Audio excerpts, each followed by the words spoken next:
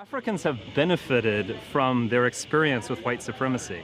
And we just have to look at the Really? I'm just going to leave that out there. I'm just going to leave that out. You know, that is not even worth challenging.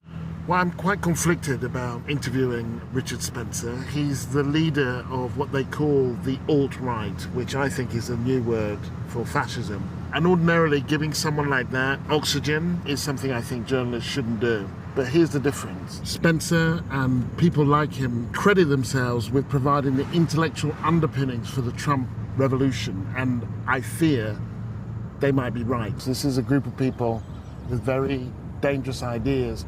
Richard, how do you do? So are you the interviewer? I'm the interviewer. Okay, I'm Gary great. Young. Good Yes. to see you. Nice to see you. Look at the average life of an African American in the United States. It's far better than any African living in Africa. Really? So slavery was good for them? Look, they benefited from being in a different nation than their own, no doubt. Really?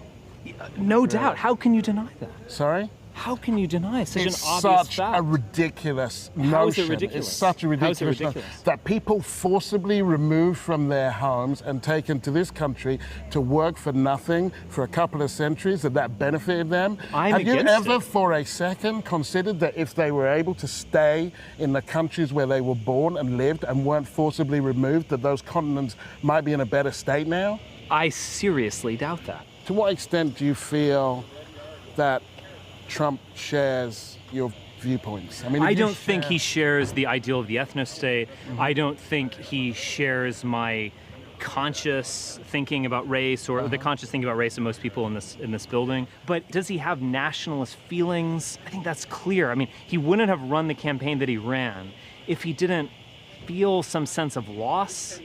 We are losing our nations here in the United States, in Britain, across the world. I'm not losing my nation. I'm British. You're not using your nation because you're winning this demographic battle. What am I winning? I'm living in the pace of my birth, just like you.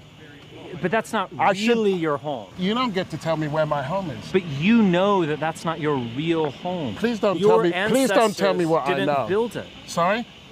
Listen, my ancestors built it tenfold and weren't paid for it. Look, it's like saying that you could have enslaved someone else. It's like saying African Americans built the United States. Like, they did. But they literally built the White House. Because we made them do it. And you're proud of that. You're proud of that. Well, it's had bad consequences. But the fact is, yes, I am ultimately proud of it. You're proud of slavery. I'm ultimately proud of my ancestors because you're proud of slavery. I embrace all of it. You'll never be an Englishman.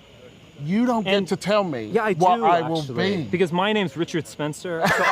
My name's Richard Spencer, and I approve this message. Yes, and so therefore I actually do get to tell you that you're not an Englishman. You don't get to tell me anything. You're a ridiculous You don't even know. The interview's over. You've got nothing to say. I was looking for someone who could give some intellectual ballast to what's going on in this country in terms of race and in terms of white people, but I found the wrong guy. Because you don't know what you're talking about.